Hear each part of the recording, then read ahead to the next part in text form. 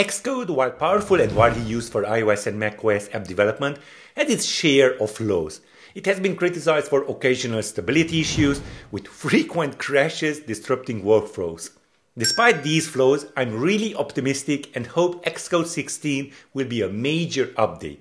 Here are my 16 Xcode 16 wishlist items. Xcode is crucial for iOS, macOS, tvOS, watchOS, visionOS development. You can't actually build anything for Apple without Xcode. Therefore, it is a crucial piece of software. But as you most probably know, and you clicked on this video, Xcode has a lot of issues. It's been going for years now, and of course they improved, they added, they fixed bugs, but it's still a lot of pain to work with Xcode. Many other developers outside of the Apple ecosystem just are amazed how buggy it is. But I, as a seasoned iOS developer for more than a decade, I can tell you that Xcode actually is really, really great. But being that said, it is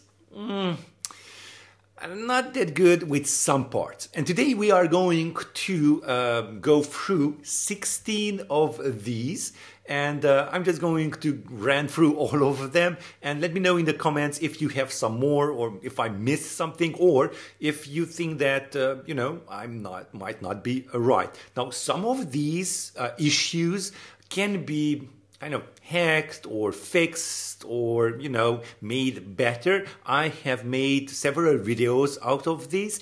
You will see the links down in the description, so go ahead and scroll down over there, and I will let you know which issue has a video on my channel. So what is actually the problem with Xcode? Let's just go with the major ones. First of all, it has a lot of crashes. So I don't know what happens, but it has a lot of crashes. So if I submit an app on the App Store, be it on Mac App Store or for that matter, if it crashes, it will not be accepted. No, of course, that's not the truth for Xcode.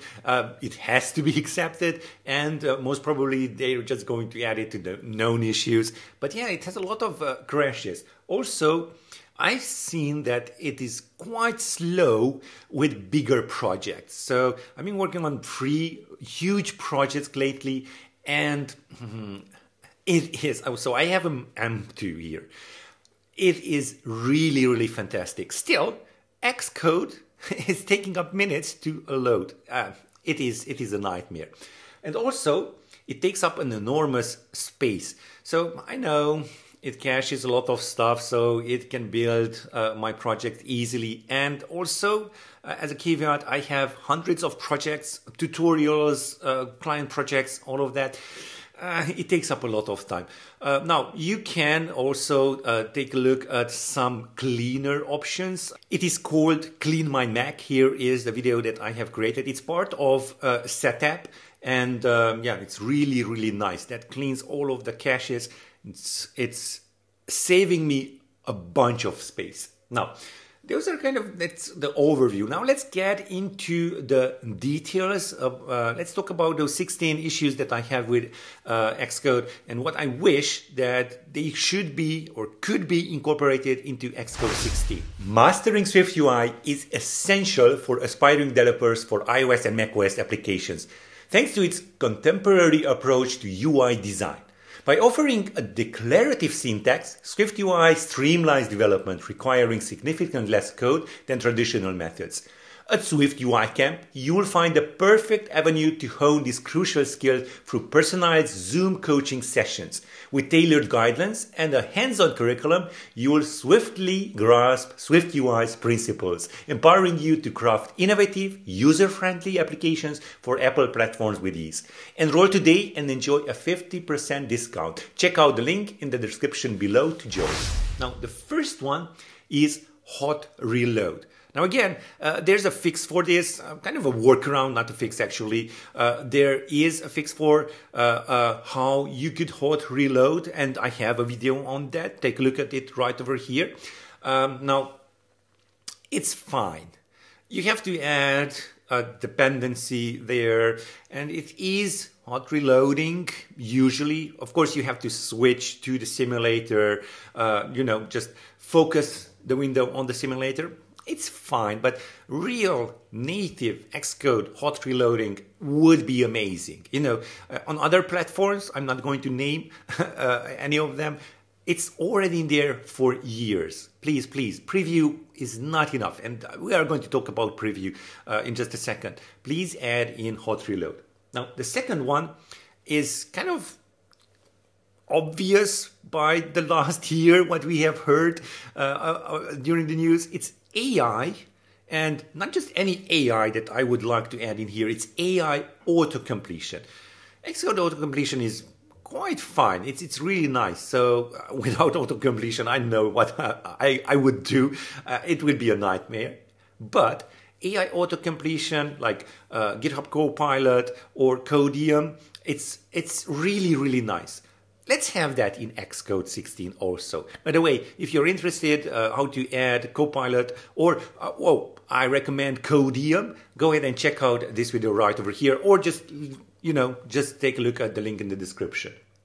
That was number 2. Now, number 3, it's kind of annoying because this has been inside Xcode for years now, and it should have been working from day one, but it's not, and that is renaming. So you just go refactor and rename, and either it takes an eternity, or it's actually not going to be able to rename all of your files, whatever you are renaming.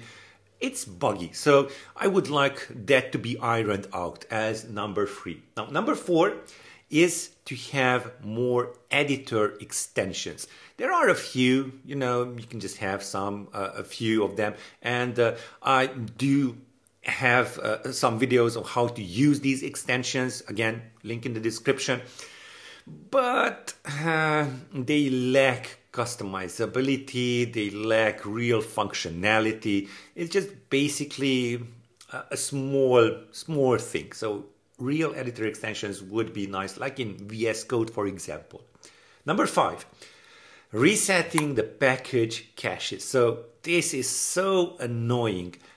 As Swift package management, it's a lifesaver. So I'm old enough to know that when we used CocoaPods, or even before CocoaPods, it was nice. But Swift package management, it was really, really a breakthrough. But in Xcode, resetting package caches, now it's really annoying. Sometimes it does it, sometimes it doesn't. I spend a lot of time tinkering with packages, which I shouldn't. I should just code instead.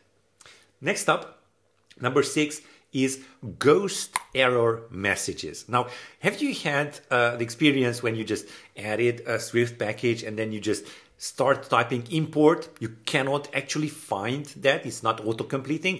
Well, you type it out anyway, and then it works okay, but you get that error message, and you just, I must build and run. So just build and run, you just launch the actual app on the simulator, it says build has succeeded, but that error message still stays on. So I would like those ghost error messages to just go away. Number 7, and it is all about, again, about error messages. I would like to have better error messages. Xcode is not really famous for letting us know exactly what's going on. You kind of have to guess or just do your research and then just remember, this error message was about this. Sometimes, in many cases, it's okay, but in many other cases, it lacks more robust, better error messages, please. Number 8, type safe SF symbols. Now, this isn't really Xcode, but it will just be released, or if it will be released, it should be released with a newer version of Xcode. Type safe SF symbols. Now, stringly typed stuff is really bad because I don't type very well. And, you could have a typo also. You could, of course, create your own enums for that. But why not just ship it with Xcode and you just have safe type SF symbols? It could be so simple, but we don't have it. So Next up is number 9, navigation coordinator for SwiftUI. Now, SwiftUI is an amazing framework. It's a blessing for me as a coder and for our company. And I believe you agree that it is the future for building apps for Apple platforms. Now, there's one tiny little thing that's still missing there. I believe it is that navigation. It's navigation that's kind of broken. The API is broken into pieces. It's not really flexible enough. You have to do a lot of work around to just do simple stuff like, for example, deep linking or just mixing sheets with navigation stacks. It's really a mess, basically. And therefore, I have created Navigation Coordinator. Go ahead and check out the video on that. It will be just down in the link in the description again. Number 10, simulator linking issues. So I can't tell you the number of times that I've just built and run and then just waited for eternity. Now, okay, you could just say, then just use the preview or just launch on your actual device. But sometimes it's just more convenient to just launch on the simulator. And maybe, you know, I don't have all of the types of devices. Most probably not many developers have all the types of devices. So the simulator is kind of crucial and it should work. And, you know, it's a pain to just build and run again till, for some reason, usually that I don't really know why, it just works.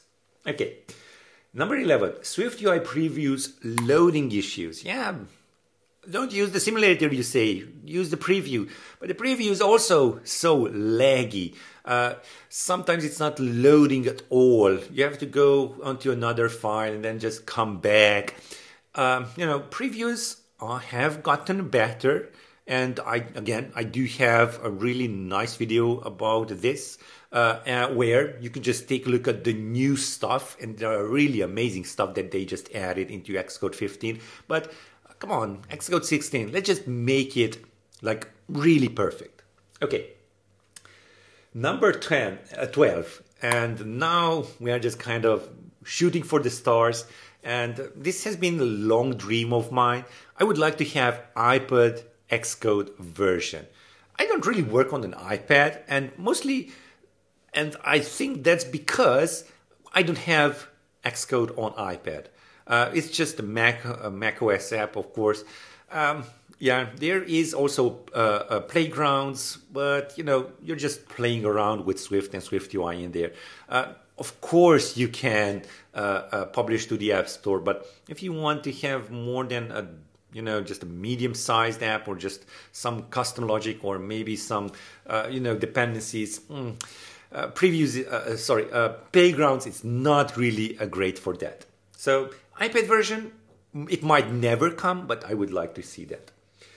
Number 13, smaller sized and fewer simulators. Now, when I download a new Xcode version, it's just asking me to download the simulator. It's just populating everything, and it's a big chunk of my hard drive. I wouldn't like that. I'm just using maybe 1 or 2 simulators. Let it be an easier choice for developers. Okay, and let's move on to number 14, more powerful simulators with a lot of useful features. Yeah, besides having fewer simulators that you can, kind of activate at your own will. I would like to have more powerful simulators, like the one that RocketSim has. It has a bunch of really cool perks, and this is not sponsored by them, so I just really genuinely like the product. Maybe just go ahead and check them out. Number 15, Code font and theme built right into the Xcode predefined themes. Now, if you've been watching my videos, you will see that I don't go with the standard Xcode themes. I don't want to blind myself with all of that junk. Therefore, I have a custom theme, and maybe I would just like to see that inside Xcode someday. Of course, I could just dream. Maybe it will happen. Maybe it will not. And number 16, now this is a far stretch, but hear me out. I would like to have a new Xcode icon. Now we've been having this Xcode icon for years, if not decades, it didn't really change. I think it's a really good time for a refresher. I would really enjoy a kind of a new Xcode icon. And those were the 16 wishlist items for Xcode 16. Now, those are my 16 wishlist items for Xcode 16. And if you want to master SwiftUI in 4 weeks, go ahead and check out SwiftUI Camp. A 50% link is down in the description, and I will see you in the next one.